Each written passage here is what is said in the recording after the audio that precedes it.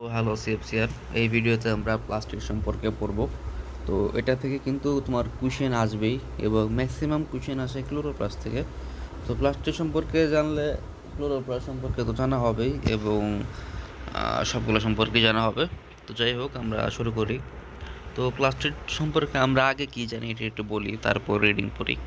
Plastic কি? Plastic হচ্ছে এমন একটা অঙ্গাণু যেটাতে যেটা সালোক সংশ্লেষণ করতে সাহায্য করে। কেন সালোক সংশ্লেষণ করতে সাহায্য করবে? কারণ এটাতে ক্লোরোফিল আছে।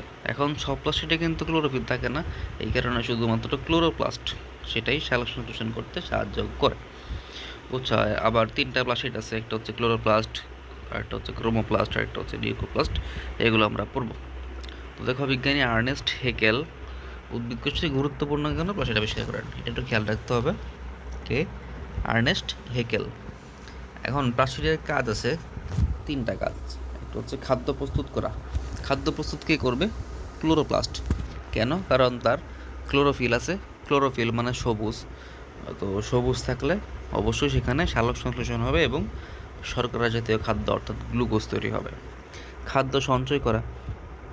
লিউকোপ্লাস্ট বর্ণহীন প্লাস্টিক থেকে গেছে, ওই বর্ণহীন প্লাস্টিকগুলো খাদ্য তৈরি করতে পারে না, কিন্তু সেই খাদ্য সঞ্চয় করতে পারে। এবং উদ্ভিদকে বর্ণময় ও আকর্ষণীয় করে তোলা, এগুলো হচ্ছে ক্রোমোপ্লাস্ট, যেটা উদ্ভিদকে বর্ণময় এবং আকর্ষণীয় করে তোলার মাধ্যমে পরাগায়নে সাহায্য করে। বিভিন্ন প্রাণীকে আকর্ষণ করে আনে, সেই প্রাণীটা সেই ফুলে অথবা পাতায় বসে, তারপর সেখান থেকে রেণু তার গায়ে লাগে এবং সেটা অন্য উদ্ভিদের যে পরাগধানী আছে সেটাতে নিয়ে যায়। সেটাতে নিয়ে গিয়ে এইভাবে পরাগায়নে সাহায্য করে। পরাগায়নে সাহায্য করে। ঠিক আছে। তো প্লাস্টের তিন প্রকার, এটা হচ্ছে ক্রোমোপ্লাস্ট, ক্লোরোপ্লাস্ট, লিউকোপ্লাস্ট। তো আমরা প্রথমে সবচেয়ে ইম্পর্টেন্ট যেটা ক্লোরোপ্লাস্ট সেটা বলি। দেখো, কেন এটাকে ক্লোরোপ্লাস্ট নামকরণ করা হলো? কারণ এইটাতে ক্লোরোফিল আছে। ক্লোরোফিল, ফিল মানে পাতা, আর ক্লোরোফিল তো ক্লোরোফিলই। তো ক্লোরোফিল থাকলে ক্লোরোফিলের রং সবুজ, ক্লোরোফিল থাকলে সবুজ হবে এবং ফটোসিনথেসিস হবে, এটা আমরা বলে ফেলেছি। দেখো, সবুজ রঙের প্লাস্টিককেই ক্লোরোপ্লাস্ট বলে, কারণ এটাতে ক্লোরোফিল আছে। এখন উদ্ভিদের কোন কোন অংশ ক্লোরোফিল আছে বা সবুজ? পাতা, তারপর কচি কাণ্ড, অন্যান্য সবুজ অংশ। ঠিক আছে। আর এখন আরেকটা বেসিক দেখো, প্লাস্টিডের দুইটা অংশ থাকে, একটা হচ্ছে গ্রানাম, এই যে এগুলো হচ্ছে গ্রানাম, এই বক্সগুলো হচ্ছে গ্রানাম, বুঝছো? আর স্ট্রোমা হচ্ছে যে ম্যাট্রিক্স। আমরা কিন্তু ম্যাট্রিক্স বলতে কী বুঝি সেটা আমরা বুঝিয়েছিলাম। ম্যাট্রিক্স হচ্ছে এমন একটা পদার্থ বা বস্তু যেটা সমস্ত উপাদানকে ধারণ করে। দেখো, প্লাস্টিকের ক্ষেত্রে এই যে গ্রানাগুলো, এটা কোথায় আছে? এটা স্ট্রোমাতে আছে না? এই দেখো, স্ট্রোমাতে আছে তো অবশ্যই। অর্থাৎ স্ট্রোমা একটা তরল পদার্থ। এই তরল পদার্থ মানে জেলের মতো পদার্থ, সেটা এই থাইলাকয়েডগুলোকে ধারণ করে। অর্থাৎ প্লাস্টিকের যে ম্যাট্রিক্স বা ধাতুটা সেটা হচ্ছে স্ট্রোমা। তো এখানে খেয়াল রাখার মতো বিষয় হচ্ছে, তোমরা যখন সালোক সংশ্লেষণ পড়বা তখন দেখতে পারবা যে এটার দুইটা ধাপ আছে। একটা হচ্ছে আলোক পর্যায়, আর একটা হচ্ছে আলোক নিরপেক্ষ পর্যায়। অনেকে এটাকে আলোক অন্ধকার পর্যায় বলে, বাট আমরা আলোক নিরপেক্ষ পর্যায় বলবো। সো আলোক নিরপেক্ষ পর্যায়ে শর্করা তৈরি হয়, আর আলোক পর্যায়ে সৌরশক্তি রাসায়নিক শক্তিতে রূপান্তরিত হয়। বুঝছো? এটা একটু খেয়াল রাখবা। দেখো, তার মানে এখানে এই যে থাইলাকয়েডগুলো আছে, এই থাইলাকয়েডগুলো মূলত তোমার সৌরশক্তিকে ধারণ করে, সৌরশক্তিটা গ্রহণ করে। আর পরবর্তী সৌরশক্তি গ্রহণ করে। এখন সৌরশক্তি মানে কি? আলো। অর্থাৎ যেখানে আলো আছে সেখানে কি সালোক সংশ্লেষণের আলোক পর্যায় হবে নাকি অন্ধকার পর্যায়? অবশ্যই আলোক পর্যায়। তো আমরা বলতে পারি যে থাইলাকয়েডে সালোক সংশ্লেষণের আলোক পর্যায় ঘটে, অর্থাৎ সৌরশক্তি রাসায়নিক শক্তিতে রূপান্তরিত হয়। পরবর্তীতে সেই শক্তি থেকে খাদ্য তৈরি হয় অন্ধকার পর্যায়ে বা আলোক নিরপেক্ষ পর্যায়ে, এবং আলোক নিরপেক্ষ পর্যায় ঘটে স্ট্রোমাতে। বুঝছো? তো এই অংশই বলা হচ্ছে, দেখো, প্লাস্টিকের গ্রানা অংশ সূর্যালোকে আবদ্ধ করে রাসায়নিক শক্তিতে রূপান্তরিত করে। এই আবদ্ধ রাসায়নিক শক্তি স্ট্রোমাতে অবস্থিত উৎসেচক, উৎসেচক মানে হচ্ছে এনজাইম। অর্থাৎ এই আবদ্ধ রাসায়নিক শক্তি স্ট্রোমাতে যে এনজাইমগুলো থাকে সেটার প্রভাবে তোমার শর্করাতে পরিণত হয়।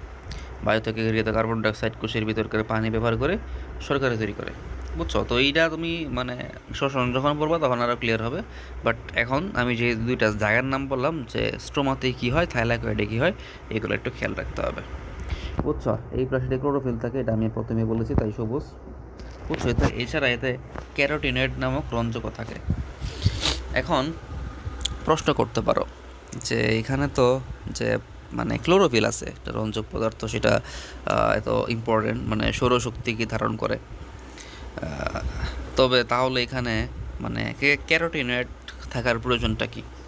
দেখো, ক্লোরোফিলগুলা একটা নির্দিষ্ট পরিমাণ আলো গ্রহণ করতে পারে, মানে অতিরিক্ত আলো আলো দিলে এটা নষ্ট হয়ে যাবে ক্লোরোফিলটা। তো এই ক্যারোটিনয়েড কী করে, যদি অতিরিক্ত আলো আসে তাহলে সেটাকে মডারেট পর্যায়ে নিয়ে আসে, যা ক্লোরোপ্লাস্টের জন্য উপযুক্ত। বুঝছো? এই কারণে এইখানে ক্লোরোফিলের পাশাপাশি ক্যারোটিনয়েড থাকে। এটা একটা সহকারী রঞ্জক পদার্থ বলতে পারো। বুঝছো? তো এই চিত্রটা কিন্তু লাগবে, এইটা এই যে চিত্রটা, সেটা চিত্রটা লাগবে, অবশ্যই লাগবে। বুঝছো? দেখো, ক্রোমোপ্লাস্ট, গ্রিক শব্দ ক্রোম, ক্রোমা, গ্রিক শব্দ ক্রোমা শব্দের মানে ক্রোমা মানে হচ্ছে রঞ্জক, আর প্লাস্ট মানে তো প্লাস্টিড, অর্থাৎ রঞ্জক সমৃদ্ধ প্লাস্টিড। এখন রঞ্জক কেন প্রয়োজন? পোকামাকড়কে আকর্ষিত করে পরাগায়নে সাহায্য করবে, সিম্পল। এগুলো রঙিন প্লাস্টিড, তবে সবুজ নয়। সবুজ প্লাস্টিড একমাত্র হচ্ছে ক্লোরোপ্লাস্ট। এগুলো রঙিন কিন্তু সবুজ নয়। এইসব প্লাস্টিডে জ্যান্থোফিল থাকে, ক্যারোটিন থাকে, ফাইকোএরিথ্রিন থাকে, ফাইকোসায়ানিন থাকে। বুঝছো? তো এইখান থেকে প্রশ্ন আসে যে জ্যান্থোফিলের রং কী, ক্যারোটিনের রং কী, ফাইকোএরিথ্রিনের রং কী, ফাইকোসায়ানিনের রং কী? দেখো, ক্যারোটিন, আমরা জানি ক্যারট শব্দের অর্থ গাজর। গাজর কী রঙের হয়? কমলা রঙের। মুখস্থ রাখবা, ক্যারট মানে গাজর, গাজর হয় কমলা। আমরা জানি এরিথ্রো, জানো বলতে এখন মুখস্থ করে আর কি, এরিথ্রো শব্দের অর্থ লাল। যেমন ধরো আমাদের যে লোহিত রক্তকণিকা আছে, এগুলো তো লাল, এগুলোকে বলা হয় এরিথ্রোসাইট, অর্থাৎ এরিথ্রো মানেই লাল, যেখানে এরিথ্রো সেখানেই লাল। তো ফাইকোএরিথ্রিন অবশ্যই লাল রঙের হবে। দেখো, সায়ানো শব্দের অর্থ হচ্ছে নীল। সায়ানো যেখানে থাকবে সেখানে দুইটা জিনিস খেয়াল রাখবা, একটা হচ্ছে তোমার কপার থাকবে এবং রঙটা হবে নীল, অর্থাৎ সায়ানো মানে হচ্ছে কি নীল, ফাইকোসায়ানিন হবে নীল। আর জ্যান্থোফিল হলুদ, এটা কীভাবে মুখস্থ রাখবা? আমি মুখস্থ রাখি একটা ফানি উপায়, সেটা হচ্ছে যে কি জ্যান্থ মানে কি জেতা, বল না, মানে জীবন্ত আছে, জ্যান্থ, জ্যান্ত আছে, জ্যান্ত। তো জ্যান্ত একটা মানুষ, জ্যান্ত মানুষ, তার লক্ষণ কি? সে অবশ্যই কি মলমূত্র ত্যাগ করবে। তো মলমূত্র কী রঙের?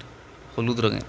বুঝছো? এটা একটু মানে হয়ে গেল, তবে জাস্ট মানে মুখস্থ রাখার জন্য এইভাবে মুখস্থ করতে পারো। ঠিক আছে? এই হলুদ, নীল, লাল দেখা, এগুলো জানো। আবার এদের মিশ্রণজনিত কারণেও উদ্ভিদের আকর্ষণীয় হয়ে ওঠে, মানে এগুলো তো আর এরকম না যে শুধুমাত্র একটা জিনিস থাকবে, মিশ্রণ থাকে। তো এটা তো ধরো মানে কিছু কিছু থাকে, ধরো হলুদ এবং কমলার মাঝামাঝি, তো এখানে কি থাকবে? জ্যান্থোফিল, ক্যারোটিন থাকবে। এরকমভাবে এইগুলা মিশ্রিত অবস্থায় থেকে এই রঙগুলো ছাড়াও আরও অনেক সুন্দর সুন্দর রঙ ফর্ম করতে পারে। বাট মানে মূল উপাদানগুলো হচ্ছে এগুলো। বুঝছো? রঙিন ফুল, পাতা, গাজরের মূলে এদের পাওয়া যায়, এগুলো তোমরা জানো। পরাগায়নে সাহায্য করে, প্রধান কাজ রঞ্জক পদার্থ সংশ্লেষণ করে জমা রাখে। মানে বিভিন্ন ধরনের রঞ্জক পদার্থ সংশ্লেষণ করা মানে কি তৈরি করা। তো সে যেহেতু ক্রোমোপ্লাস্ট, সে অবশ্যই রঞ্জক পদার্থ জমা রাখবে। ঠিক আছে? এগুলো কমন সেন্স।